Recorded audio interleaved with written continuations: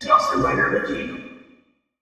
Hey YouTube, Dawson Rider here. Welcome to my review for the Mighty Morphin Power Rangers World's Smallest Figures review. This is not done by Hasbro, it's done by a different company that does basically, well, World's Smallest Figures. It's kind of interesting on a couple different levels. I mean, for one, even though it's not done directly by Hasbro for like a normal Hasbro release, they're using the old Bandai packaging from like the last waves of Ninja Steel and stuff. You can see by here for their packages, which is kind of interesting. I feel like it was probably some sort of deal set up before the acquisition or something like that, but I don't know. It's kind of interesting. But basically, you have these really small little figures that come in these little mock packages that are actually hard plastic, which is kind of neat, and then they come in a larger plastic case and stuff like that. But it's an interesting and unique release on a couple different levels. Just real quick to get you a scale like reference, here it is. This is like a regular Power Rangers figure. This is the standard Beast Morphers figure, and then he just knocked over Trini. She just was too terrified by that size.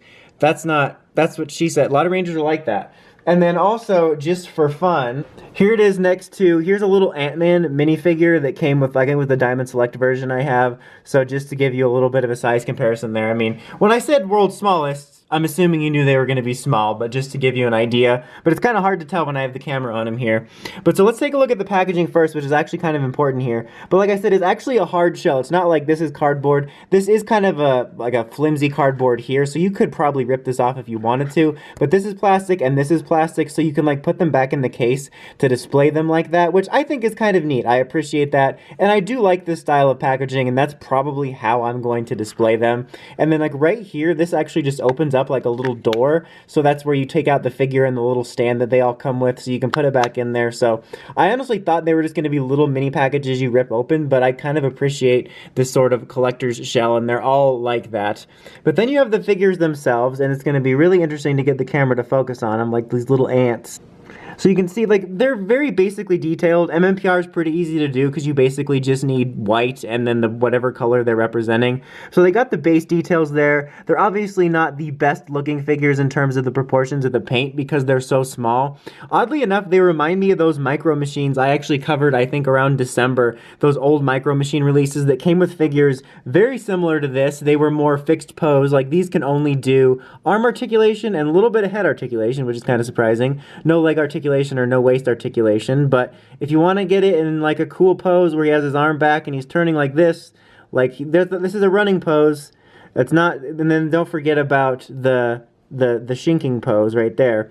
But so you can do that, but they're very reminiscent of those Micro Machines. So I kind of dig them in that sense because I'm just gonna let him fall. That's what you get, Billy.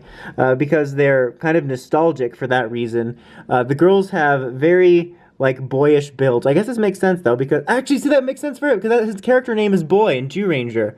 Wow, see, it all connects. All right, here we have Jason. He's one of the weirdest looking ones. Like, a couple of them are okay. Like, I think yellow and blue are okay. Red's visor is so small. I mean, it's small, but you know what I mean.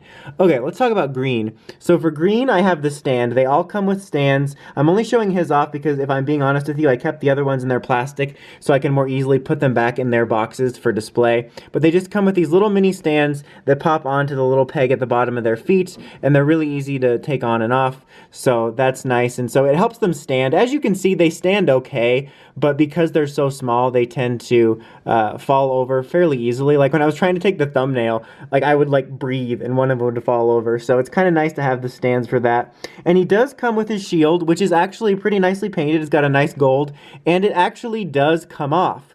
And so you have like regular non-armored chest under there. And at first I thought, oh, this is neat that it comes off, and then it's actually really annoying to get back on because it's so small. So I'm going to leave it off and do that in the post show. But that's kind of a cool detail, but also can be annoying. Like, it's hard to get back on and it's kind of hard to find. Now, Black has one of the most messed up head sculpts because like the tusks are on his ears practically, so it definitely looks one of the weirdest. Pink's is a little bit weird too. Like these two, I would say look the most bootleggy. Like the silver paint that's meant to be in the middle is off to the side, and you can see there they also have all kinds of little paint mistakes throughout them, so they look cheap.